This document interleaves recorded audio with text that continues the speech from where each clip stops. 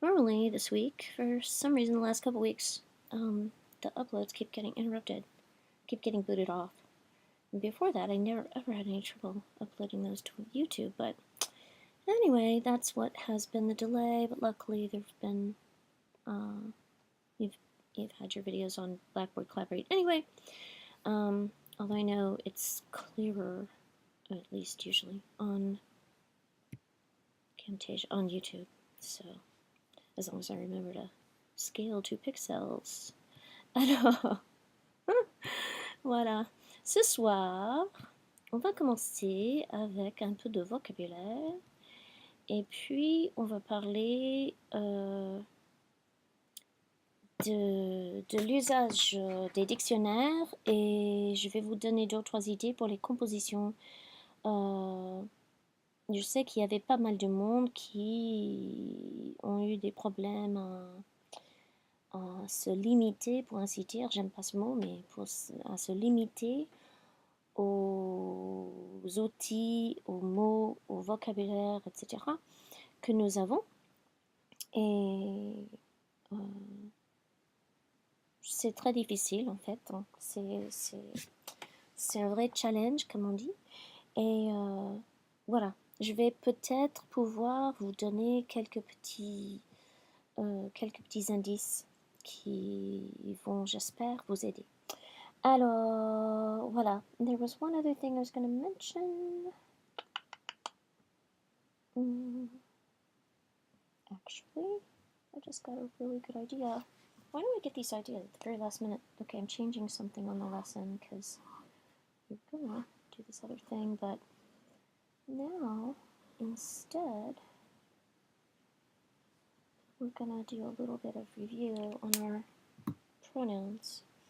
I said a couple weeks ago, or actually after the midterm, that we didn't put ENL on the midterm because it was pretty hard and pretty new.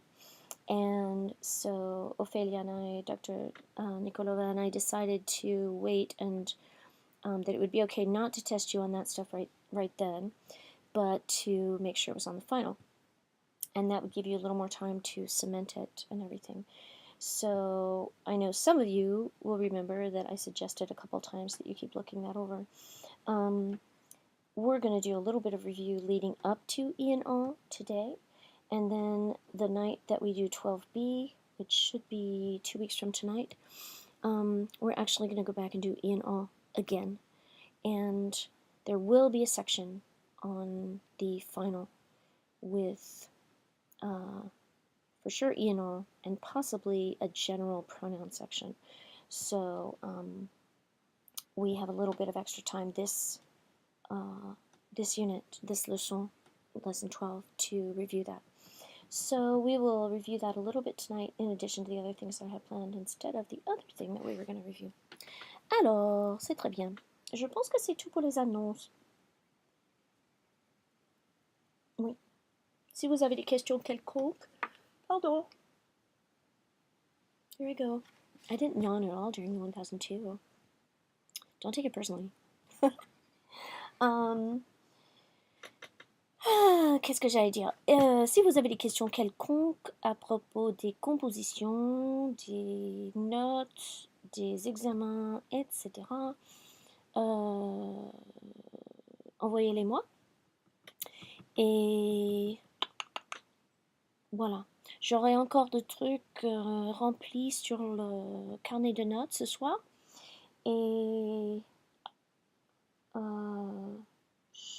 je vais être quasiment rattrapée, alors c'est très bien. Voilà. Bon ben, on va commencer à regarder le vocabulaire pour aujourd'hui, je veux dire pour cette leçon. Les courses. Alors, déjà, les courses, c'est un mot très intéressant, moi je trouve. Let's actually look at this word just a little. So, les courses, you can translate as shopping, which is usually what people see it translated as, but it can also be errands. So you can see here a lot of these people are doing things that aren't necessarily shopping. Oui. Vous avez la dame là qui met une lettre dans la boîte aux lettres. Elle poste une lettre, je veux dire. Vous avez quelqu'un qui cherche des journaux, par exemple. Vous avez d'autres gens, vous avez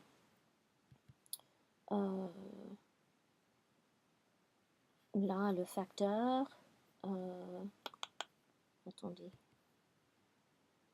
Des gens qui vont au distributeur, etc. Alors, c'est pas forcément des courses, n'est-ce pas? C'est pas forcément du shopping, n'est-ce pas?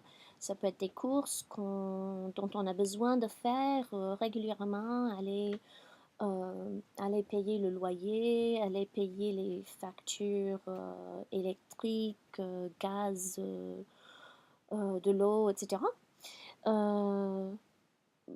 Toutes les choses qu'il faut qu'on fasse dans la vie quotidienne, n'est-ce pas, pour qu'on continue à se loger ou à se chauffer ou à manger, etc., n'est-ce pas? Alors voilà, c'est vraiment ça les courses. Hein? So you can hear and you will hear courses used as shopping, but a lot of the time it's any kinds of errands, n'est-ce pas? And look at what's going on with this verb, with this word. Does it remind you of any verbs that we've had? Courir.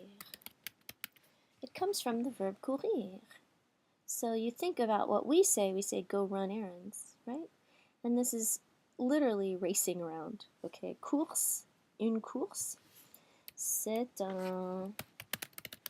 is a sort of race. Alors vous pourrez avoir des courses à vélo, des courses en voiture, des courses à pied, bien sûr, toutes sortes de courses. Et voilà. Alors tout ça, ça se lit, d'accord? Oh, sorry, one of the cats found this word that tweets. Let's see. Oh, cool. Where did you put it? Where did you go? Okay. Well, now I can't find it. Okay. Oh, there it is. Where's one?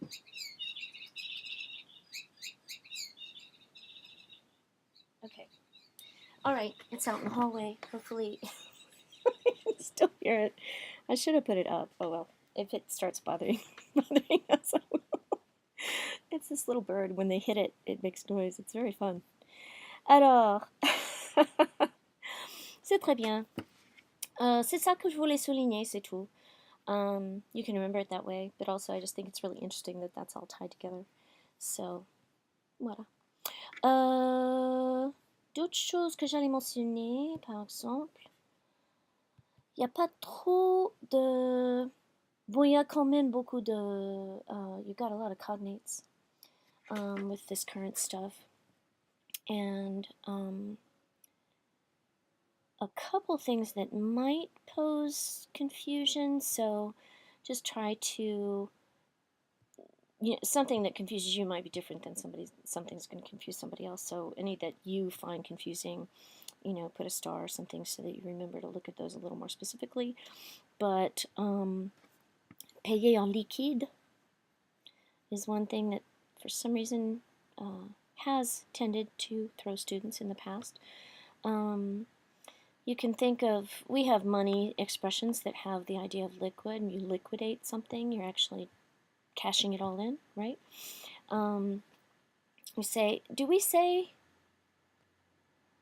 oh no, I was thinking that we actually say somebody's liquid, but that's flush, somebody's flush. Flush is liquid too, anyway.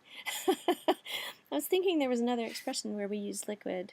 Bon ben, ça m'échappe. Si ça existe, ça m'échappe. Voilà. Une brasserie, c'est... really, les brasseries are like microbreweries. D'accord? Now, some of them don't do that anymore, but many of them still do. But now they're basically synonymous with cafe or a bistro. So they usually have pretty good food, and it can, but doesn't necessarily have a little more to offer than a cafe, but all of these things are fairly similar. Brasserie, café, restaurant, etc. Les brasseries, les cafés, les bistrots, Très souvent, on y va pour les déjeuners, ben, surtout au restaurant aussi, n'est-ce pas? Parce que vous avez peut-être appris, quand on parlait de la bouffe, que le déjeuner est le repas normalement le plus important, je veux dire, le plus grand du jour en France. That's starting to change a little bit, but it's still more or less true. Alors, ça dépend du boulot et tout ça, n'est-ce pas? Compte chèque, compte épargne, une dépense, des pièces de monnaie. Be careful using monnaie. It is used for coins rather than money in general. Okay, so you can say en pièces ou de la monnaie. So here where they have de la monnaie as change, you're also going to hear people say en pièces. In France, since so much of your money is in metal, right? You have euro coins, I think 2 euro coins. I can't remember now. But consequently, people are always trying to unload their change, and they take pride in paying exact change whenever they possibly can. And merchants and people in restaurants and everywhere will sometimes ask you, don't you have the exact change? And sometimes you don't, so you just can't help it. But if you do, you're expected to pay with the exact change rather than needing change. So it's kind of a really interesting cultural thing that used to throw the students a lot in the Paris program that I used to run, that the students were just like, why are these people so fixated on getting the exact change all the time? And it's just because everybody's so used to trying to empty their pockets of all that metal money all the time. Voilà. And that happened before with francs too, maybe even more, because there were a lot more franc. Well, maybe about the same percentage of paper money and metal money in those days. Voilà. Alors, c'est tout ce que j'allais mentionner, je pense, pour ça. Carte de crédit. If anybody has a debit card or a credit card now that has a chip on it, those are like all the rage, right? Over here now, it's a big deal. Those have existed in France for 15 or 20 years. And their debit cards, for example, for a long time they almost never used credit cards. They would use their debit card, and they had debit cards way before we did. And it's kind of interesting. They will pay cash rather than paying with a card, either a debit card or a credit card, way more often than we will. One example for this is I went to, now I can't remember what it's called, CA. There's a store called CA that's kind of like Target, or maybe halfway between Target and Walmart or something like that. Usually have pretty decent clothes for fairly cheaply. At any rate, when I went to pay, they had maybe 7 or 8 cash registers, and 2 lines were marked plastic only, and the others were all for cash. And even though we had 5 or 6 that were for cash, we were all waiting a while. There were so many people in each of those lines, and the credit or the plastic lines were almost non-existent. And that was kind of amazing to see, because of course over here everybody pays with plastic more and more and more, n'est-ce pas? Alors voilà, c'est intéressant. Très bien, on va pratiquer avec un ou deux des exercices. Alors, associer, on va aller chez au website pour pratiquer ça, n'est-ce pas?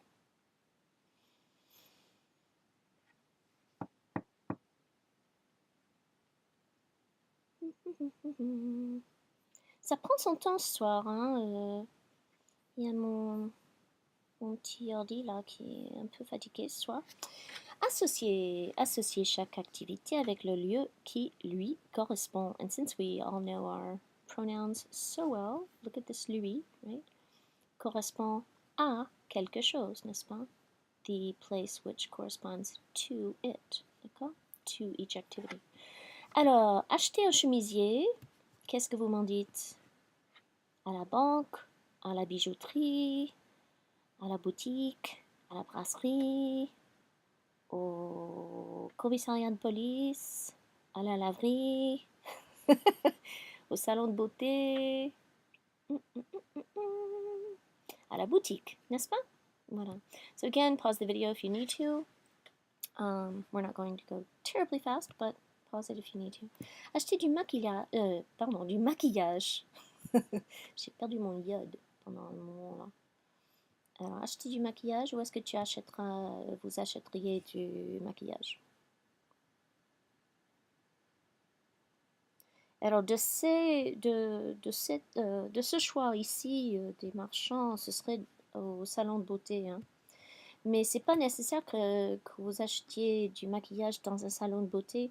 Ça s'achète aussi dans les magasins plus ou moins normaux, comme Monoprix ou bien sûr Galeries Lafayette ou Printemps ou quelque chose comme ça. A couple of really big, nice department stores in France called Galeries Lafayette and Printemps. Both of those are going to sell makeup, just like, you know, Macy's or Dillard's or whoever here, or Belk or whoever here. Also, there's a chain called Monoprix, which is kind of like Target. It used to be a little yuckier, but now it's actually a lot nicer. 20 or 25 years ago, it was a little sketch, but but now they're pretty nice. So in those days, I would have said it was about like Walmart or maybe a little worse, but now it's basically on par with Target, and you can buy makeup there too. Voilà. Alors, acheter un magazine, où est-ce que vous achèteriez un magazine?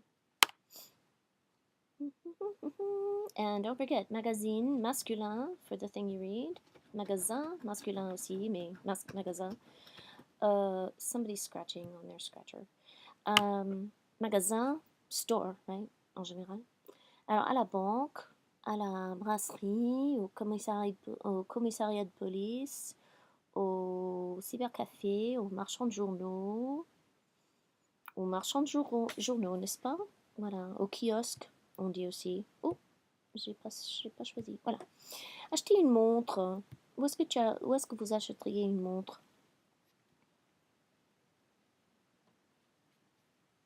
À la bijouterie, n'est-ce pas? À la bijouterie. Où est-ce que vous boiriez un café? À la brasserie, n'est-ce pas? À la brasserie. C'est très bien. Où est-ce que vous enverriez une carte?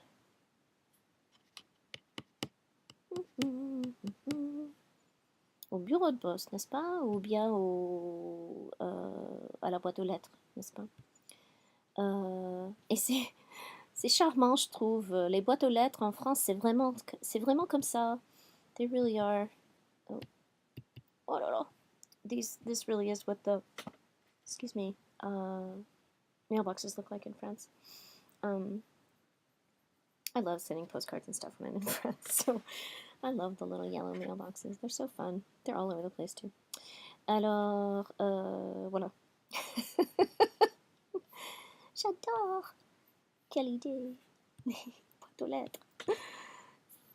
Pourtant, on les a ici, hein, mais c'est beaucoup plus charmant en France, c'est ça. Tout est plus charmant en France, c'est ça. Hein? Alors, où est-ce que tu enverrais un email? Où est-ce que vous enverriez un email? Un mail, hein? Don't forget what I told you a couple weeks ago. Nobody says email. This is mail. Un mail. Au cybercafé, n'est-ce pas? Ou peut-être chez vous, hein? Peut-être chez vous.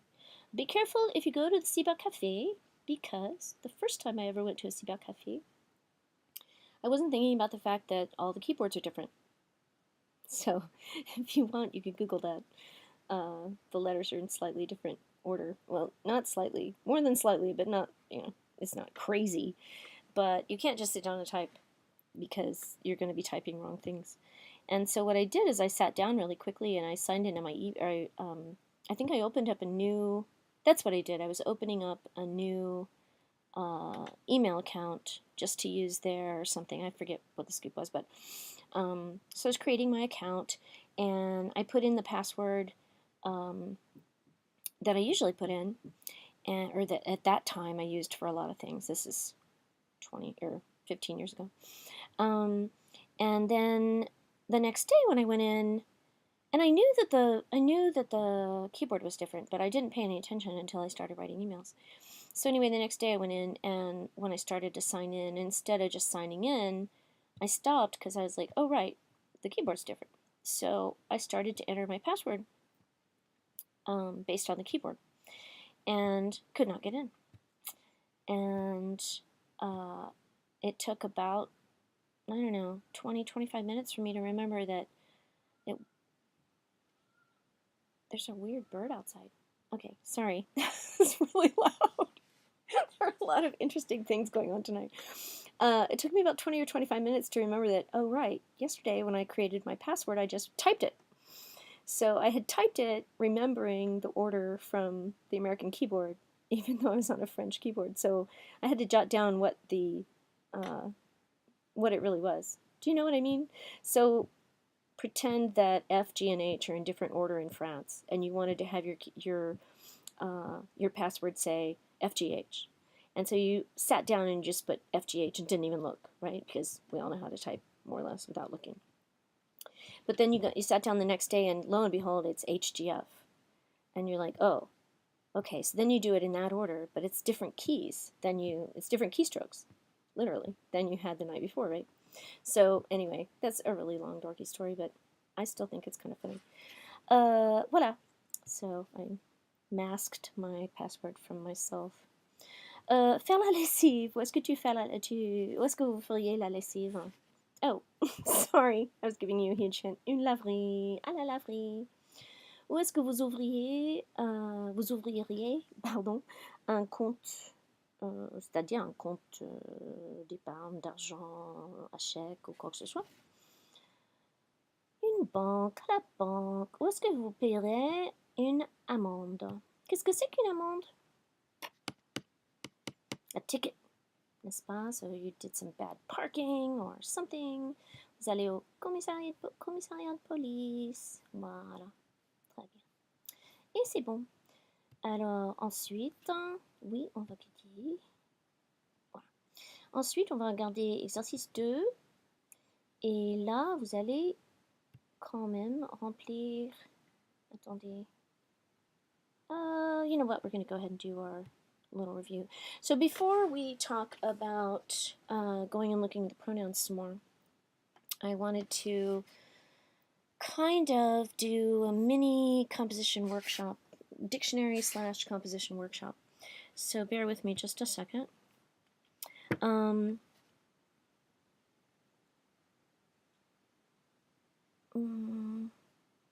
Voilà, on a besoin de ça après. For the compositions, I alluded to this on the big text block I posted for you today, but I wanted to go ahead and talk about it a little bit. Dictionary use for your compositions. You basically shouldn't be writing anything that you need to look up in a dictionary aside from what you have in your book. Okay, you got that?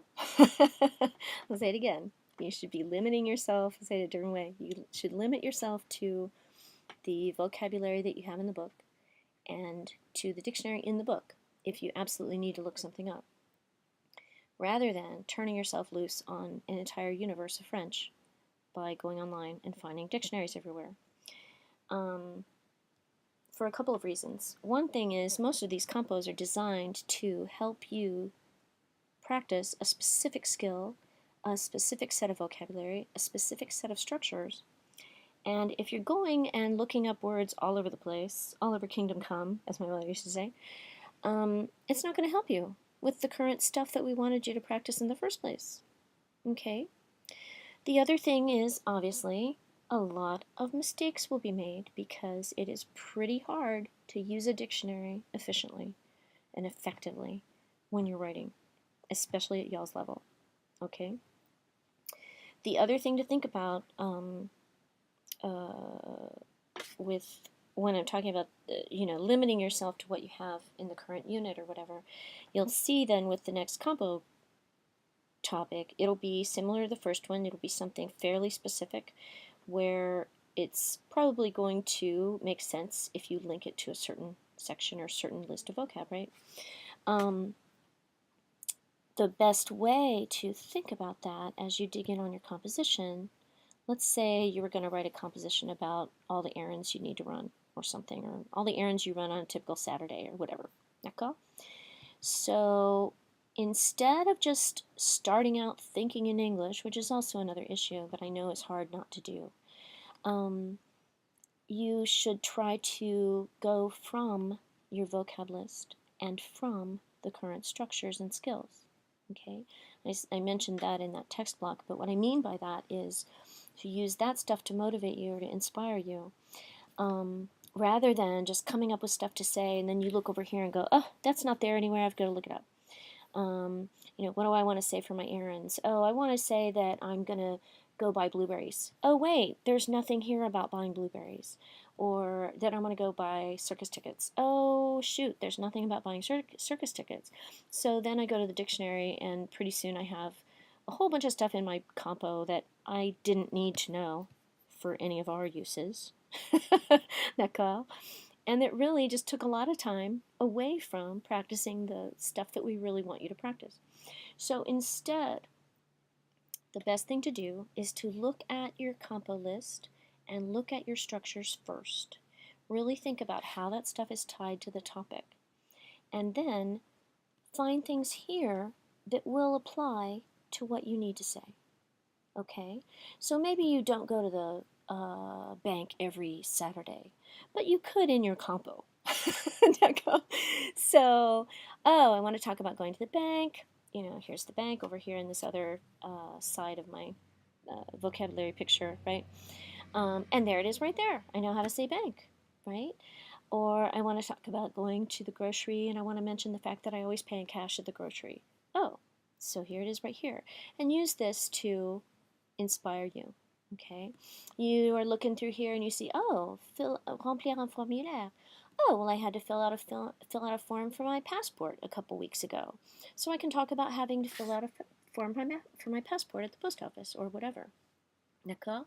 So let this inspire you. Let this be where you go from. Another way to think of it is, if I came up to you and said, here, I want you to build a doghouse.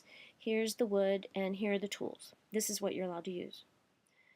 You wouldn't go to Home Depot and get a whole bunch of different tools and a bunch more supplies. You would just use what we had given you, right?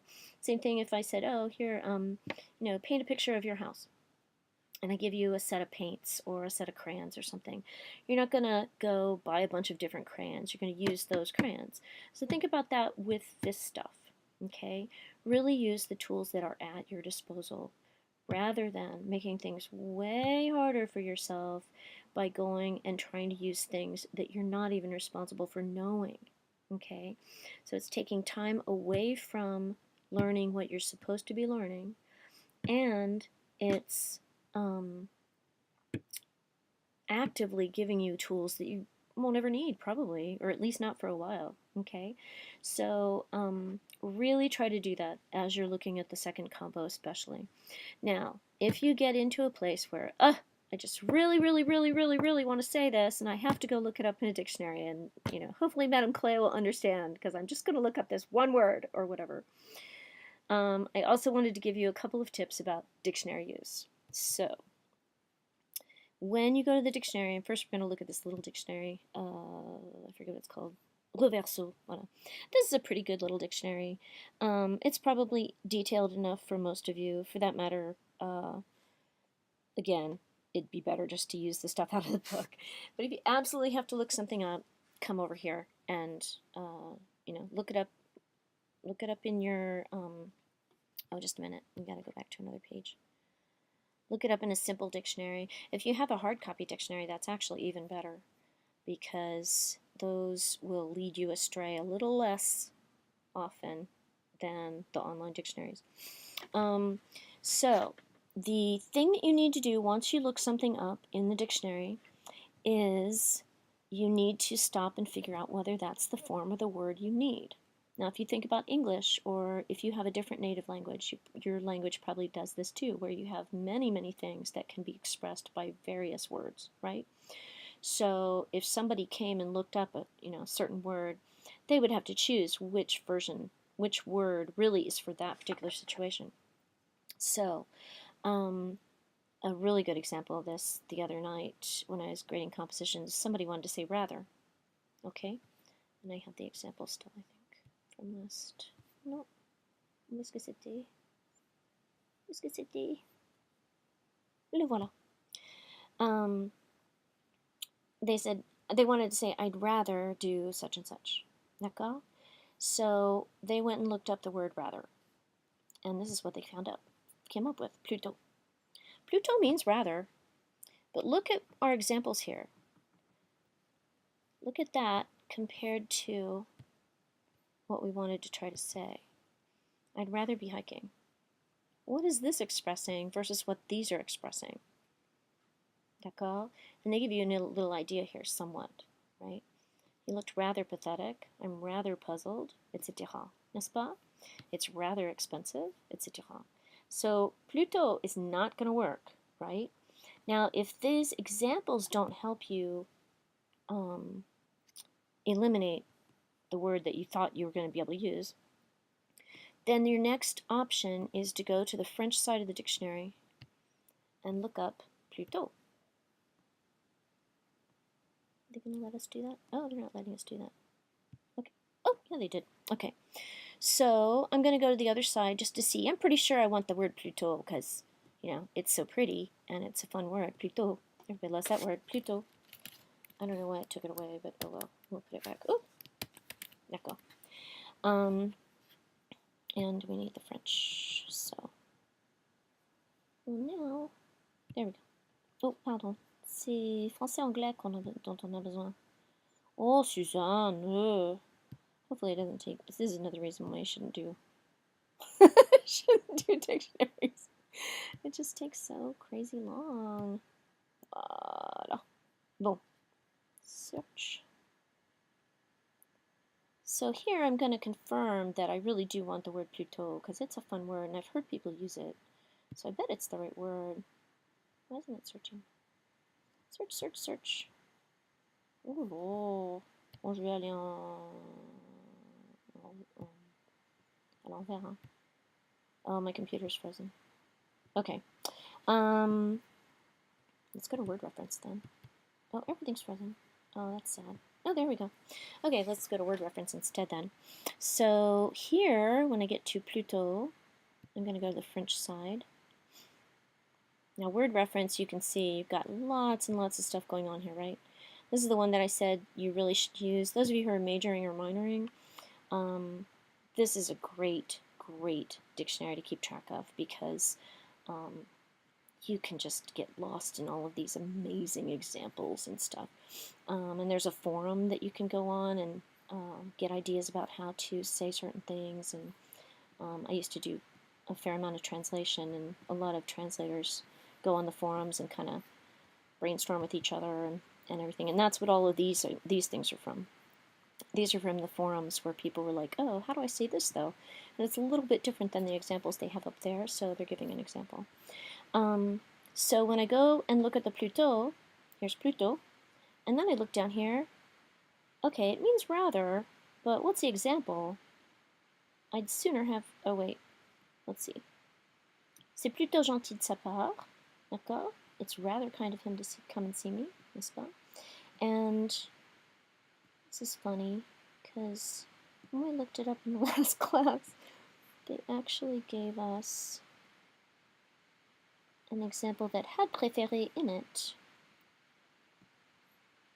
They're doing the specific plutôt that we were looking at. So anyway, we're going to try this again. Oh no. Yes, I did mean plutôt. Bon.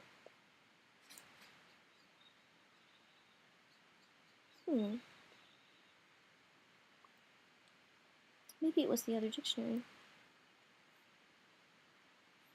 Oh well. At any rate, you see that these are not going to mean the same exact thing that you wanted it to say in our example.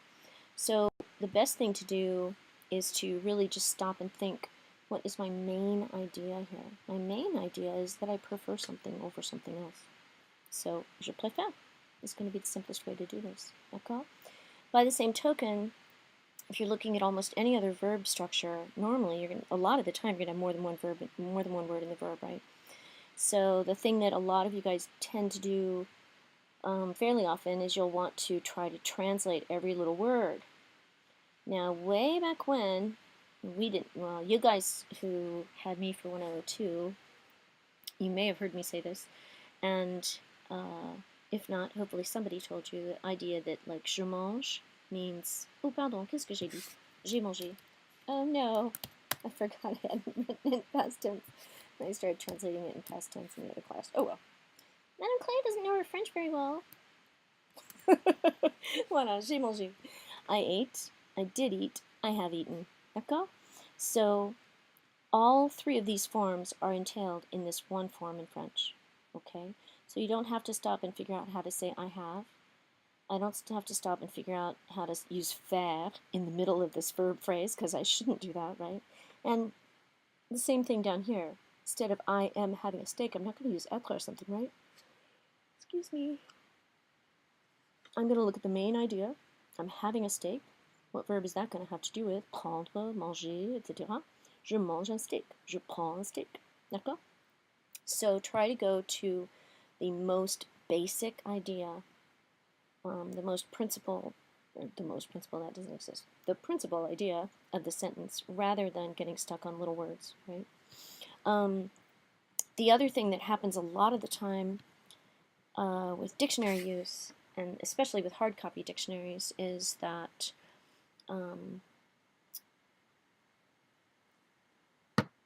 if anybody's using a hard copy dictionary, when you're looking something up, we used to get compositions where somebody would just use the wackiest word for something and just be like, wow, how did they come up with that word? You know, we know they went to the dictionary, but where did they get it? And then one of us would stop and think, oh, they mean such and such. And this word would have been right above it on the dictionary page.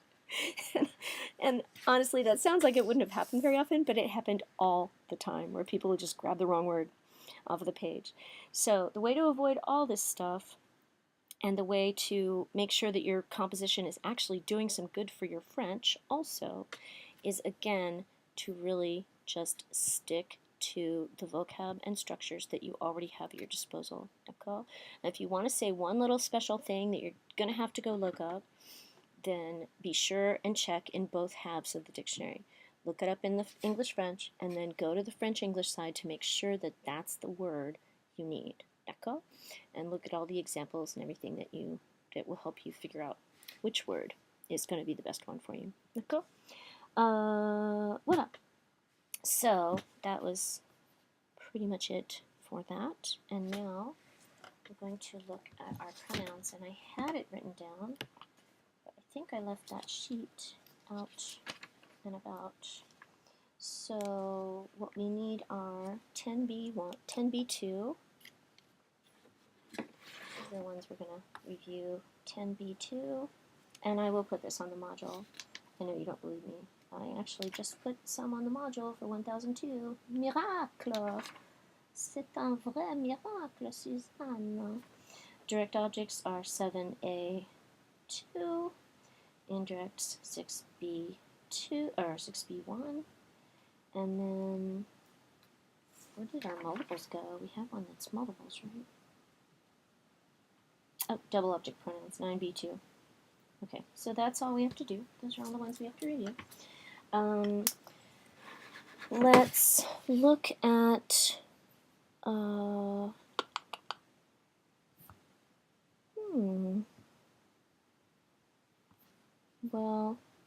I forgot to pull up my little thing because I just decided to do that, so we're going to do one. Voila. We'll do a separate one. So, remember way back when, and I said, oh, this is your most sifted down, strained down, simplified, however you want to say it, way to look at these pronouns, right? First, stop and think about all the choices that you have, right? So for indirect or direct, we have, attendez, me, te, nous, vous, le, je veux dire, bon, si, bon, pour les directs, etc. So for indirects, I have lui, la, right? And for directs, I have these same ones plus le et les et la instead of lui, la, right?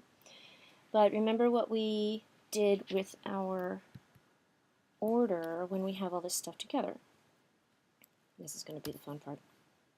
So, me, te, nous, vous, ce, in case I have a reflexive somewhere in my sentence. I may. You never know. Then, what are the next ones I'm going to use in order? Le, la, oh, les. N'est-ce pas? Then I have, oh, lui, leur. Those are supposed to be straight, but they're not. Voilà. And then I have E and O. Okay? So these, some of them can do, me, te, nous, vous can do indirect or direct, right? Le, la, les is just direct. Lui and leur, just indirect. E and R are thought of as indirects, although you know that they kind of stand on their own. And all is often direct, right? So just think of them in their own little party over here, right? And then remember, when is this happening? This is all happening if I don't have an affirmative imperative, right? So the first thing you do is look and see if you have affirmative imperative. No, then you do this. Actually, no, then you look and see for, look for an infinitive. If there's an infinitive, pronouns go directly in front of infinitive, and it takes precedence over anything else. B, I look for the conjugated verb if there's no infinitive.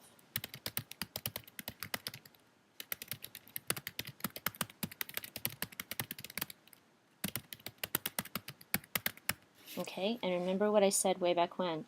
Don't think between. If you think between, you will be led astray at some point. I guarantee it. Okay, so as you're reviewing this stuff, I'm just going to crunch this a little better. And here, C, use this order regardless of which ones you are implementing or inputting. D'accord? So if I happen to have le and nous in the same sentence, and it's not an affirmative imperative, I'm going to say nous le. If I happen to have e and les, I'm going to say les-y, right? So take them from wherever they fall here and use them in that order when you're putting them in your sentence. D'accord? Alors, l'autre chose, alors, bien sûr, if I do have an affirmative imperative,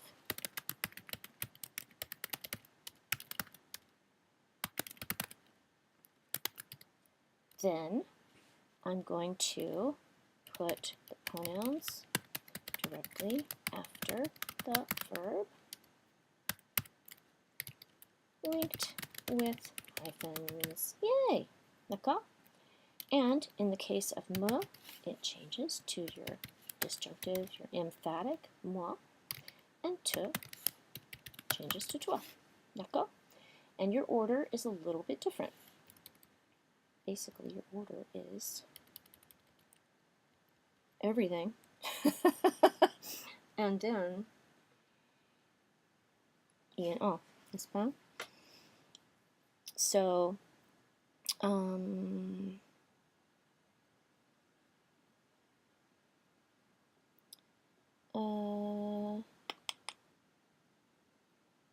for whatever reason, you're not going to have, there's a couple of things that aren't going to happen if it's an affirmative imperative. So the thing that we used to use for that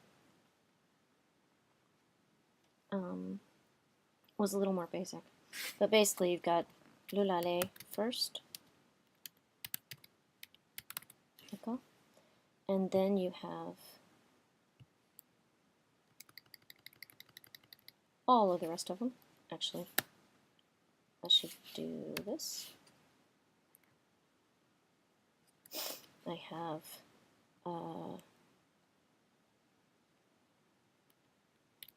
I can't figure out how to type it. No.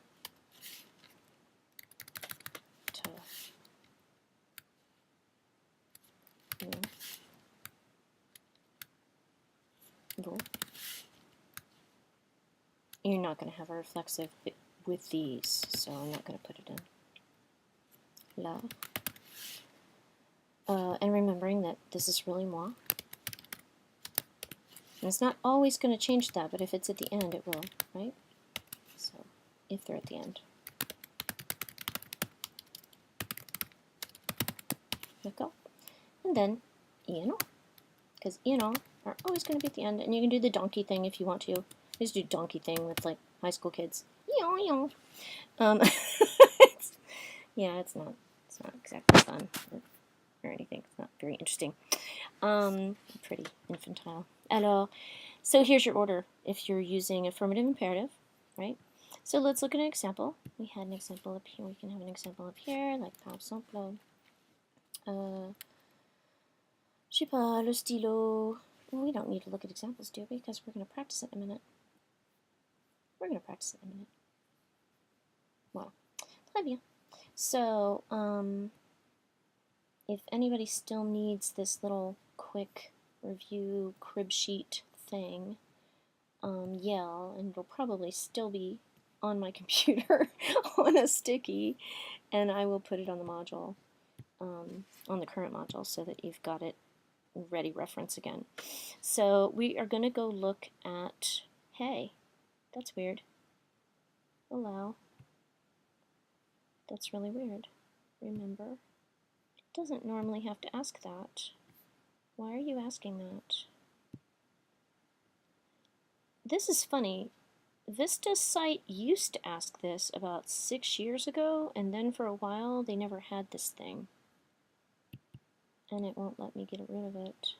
Oh, it's so interesting. Will it go away if I just do that? Yes, it does. Yay. Okay, good. Is anybody there? I haven't been paying attention. I'm sorry. Bon. On va pratiquer chez Tex. Hein? Alors, so if you wrote that stuff down, then keep it handy as we go through this stuff, right? But if not, I'll be reminding you as we go through. Alors pour Tex. And actually, let's look at e&o first. No, I changed my mind again. I'm going to do what we said we were going to do in the first place, which is we're going to look at e&o when we're doing 12B. And right now we're just going to kind of review with the other ones, although e&o will probably come into it. So direct object pronouns. And as we know already, all of these can be direct object pronouns, even though me, te, nous, vous can also be indirect, right? And let's do a few. So this is great because all you're doing is restating it. D'accord? Rewrite the following sentences.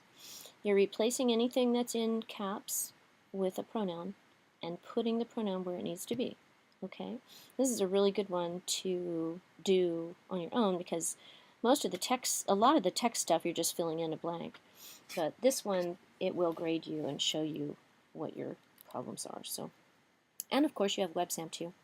So Jobab, and if you need to pause the video as we're going through here, les feux d'artifice, we know it's direct because we were already talking about the fact we're doing direct first.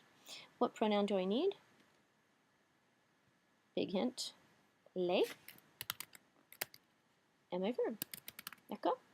So what you can do, I'm going to delete this for a second. Well, I can delete this much of it.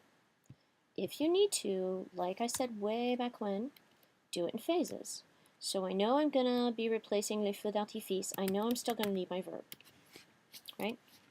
Then stop and think about what your pronoun is. Okay, I know it's going to be les. I'm going to put it out here somewhere. Je sais pas, just so I don't forget that I already thought of that. I've got my pronoun, I'm all ready. And now I'm going to look at my rules or whatever I need to do to refresh my memory about where to put the pronoun, right? No infinitive, pronouns go directly in front of the conjugated verb. Oh, there's the only verb, so it has to be the conjugated verb. Okay, and you're done. So don't hesitate to do it in steps like that, especially at first. Now, you shouldn't really have to do it in steps like that all the time. However, because it really will slow you down. You need to know them better than that. But if you want to do it in steps like that on the test, for example, just so that you know for sure you're not forgetting anything, then go ahead and do that. You should have plenty of time. And any of those little things can help. When you're writing them in your own sentences and things, they should be coming to you a little faster than that. But don't forget that you've always got that option if you need it. Alors, Tex drague Bette. So Bette, what pronoun am I going to use for her? La. D'accord. Alors, Tex, directly in front of the conjugated verb, la drague. D'accord. Bette a embrassé Tex. So now we're going to use le for Tex. And now I have two verb forms. Which one is conjugated? The active one, right? Embrasser is the most important here for translation, for meaning, but a is tweaking it, right? A is putting it in a different tense, and a is my active or conjugated verb. So Bette. Normally I would have le a, but I have two vowels next to each other. La embrasser. D'accord? Now, if Tex were a girl, don't forget your agreement, you would have extra E here, right? So, we'll talk about that some more too. Bob ne finit pas ses devoirs. Alors, les, n'est-ce pas? Directly in front of the conjugated verb. And that is why I don't want you to say in between. Because if you're thinking in between the subject and the verb, you're not going to know where to put the pronoun according to this negative or anything else that might be there posing a problem. Okay? So directly in front of the conjugated verb, and it will not ever steer you wrong. Edouard n'aime pas attendre le bus. So now look at what we have here. What do I have right away? Infinitive. Infinitive takes precedence. So Edouard, everything else is going to stay the same. Le is my pronoun. Le plus a, drop my E. D'accord? Infinitive always going to take precedence over this. Tammy a invité ses amis à dîner. Oh, now we can say an agreement one. Again, pause if you need to. Tammy les a invités. Je veux dire, invité S à dîner. How do I know it's not ES? Don't forget to look at any clues that you need to for your gender, etc. Tex cherche Tammy. Celui-là, c'est assez we've done one. We've done a couple. Let's do another infinitive one. On va garder numéro 9. Tammy va chanter la Marseillaise. Allons enfants de la patrie, le jour de gloire est arrivé. We should sing la Marseillaise someday. Who wants to? How many want to sing la Marseillaise? I don't know how many people want to sing it. I haven't sung it for a long time. I probably don't remember all the words anymore. Alors, okay, I guess nobody wants to sing it. Tammy va. Oh, pardon, va. Fa. There's a really fun shower soap, shower gel in France called Fa. I used to love that stuff. It smells so good. Alors, Tammy va la chanter.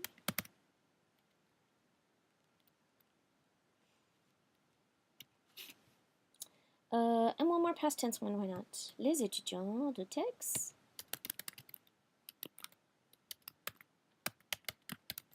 J'arrive pas à taper ce soir, mes accents, etc. Les étudiants de Tex les ont appris and I already have an S, so I don't need to do anything.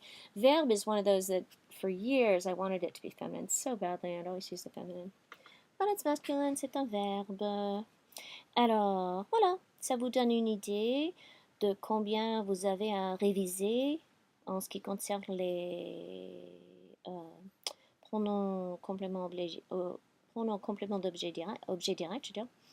On va aller dans l'index encore une fois. Et on va regarder les autres pronoms. Quelle heure il est? Oh, it's okay. Indirect. So, same thing. I'm going to look for infinitives. It takes precedence. I'm going to look for affirmative imperative. That takes precedence too, etc. N'est-ce pas? And then I'm going to go with my order that I was talking about before. So here we have indirect object pronouns, and we'll go back up to the thing so we can remind ourselves. Mettez-vous, once again, because they can do both, right? Lui, masculin singulier, féminin singulier, leur, pluriel. D'accord? Troisième personne du pluriel. Alors, some of these, oh, this one they're not having you figure out the order. Kind of unhappy about that. Oh well. We know which pronouns to use. That is, everybody should know which pronouns to use. So, I really wanted to find one where we have to worry about the order. Well, let's go ahead and look at E and A. I thought I had looked for that. Okay, so E, we'll look at this a little bit more in 2 weeks from tonight as well. So E is replacing anything that is a location except de. I'll say that again. E is replacing anything that is a location except de. It's also replacing anything that has a. D'accord? So here we have aweko. Bien sûr, c'est un endroit. Of course, that's a location, so E right away, right?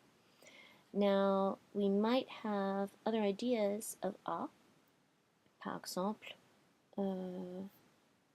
qu'est-ce que j'ai comme exemple? On va regarder un autre exemple. So, pull up my little blank guy. There he is.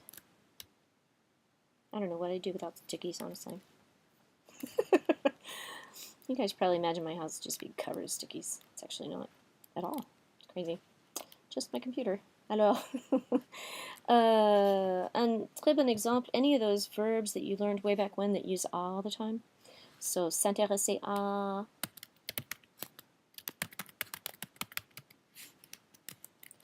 s'intéresser à, il y en a énormément, maintenant ils ne me viennent pas.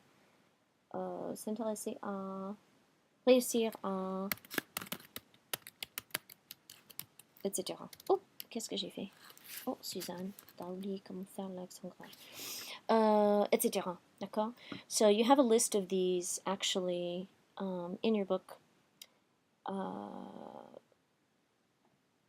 think early on in 102 we look at those, but if not, I'll try to find the E's and E verbs and the on to verbs. And I'll give you those lists, those pages for the lists too. Lists. Sur le module. So you have a whole bunch more. But, of course, if you've got a person out here, I'm not going to be able to use E, right? Because E is just for things. So again, E is for places, except for de.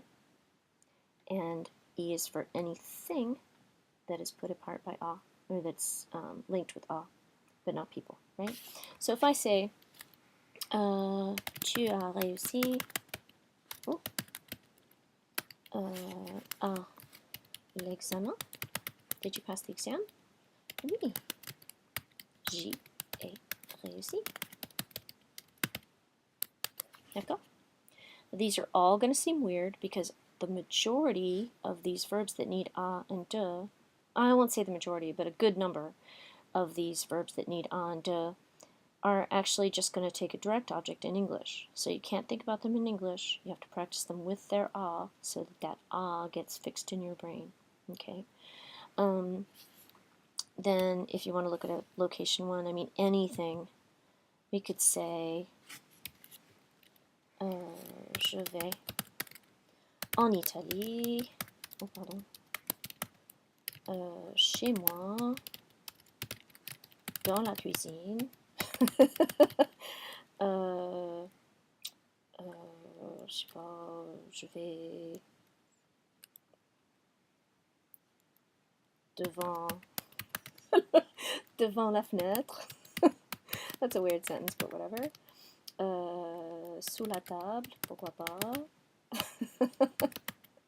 etc. All of those are going to be j'y vais. Okay? Any location except de. D'accord? So when we're using de, I can use de for anything that, I mean en.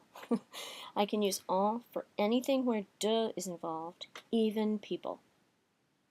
Okay? So sometimes it's not going to be clear to use it for a person, and you'll need to go ahead and repeat the person in your sentence rather than just shortening it. But that actually applies to the rest of your pronouns too. Obviously, if there's some confusion, you may need to go ahead and reiterate something, right? We're not always going to replace every single thing with pronouns that we can replace with pronouns. So some examples for de. All of your avoir de expressions, right? Avoir envie de, avoir besoin de, avoir honte de, etc. N'est-ce pas? Alors,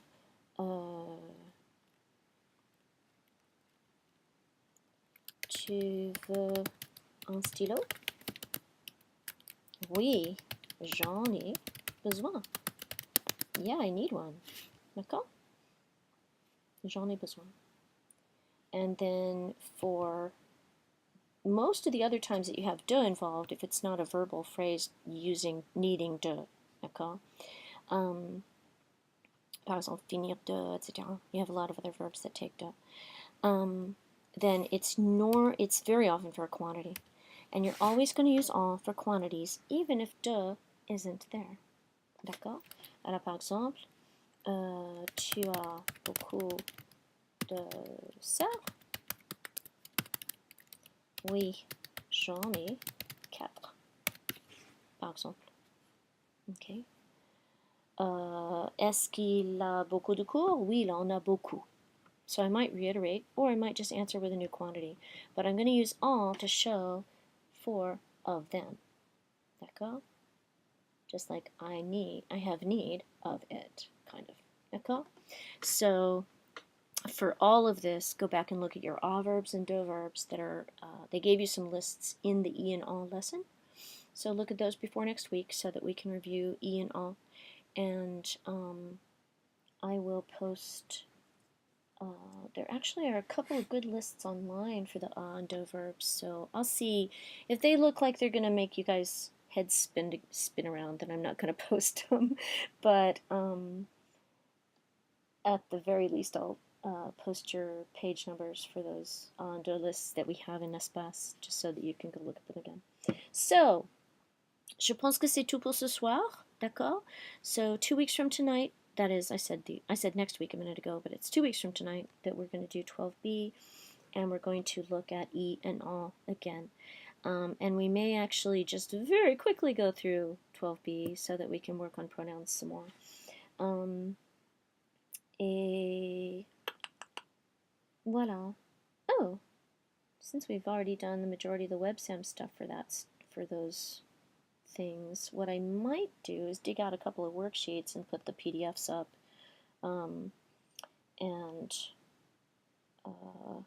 If I have time, I can do Adobe Interactive, but I probably won't have time. So you'll probably have to print them out and do them and then scan them or something. Or I could post them in Word and then you can type in your answers that way. Maybe we'll do that. But I'll see what I can find first because they're going to be based on other textbooks. I have a few that are based on espaces. Bon ben, on va voir. Hein? Alors, bonne soirée, bonne semaine.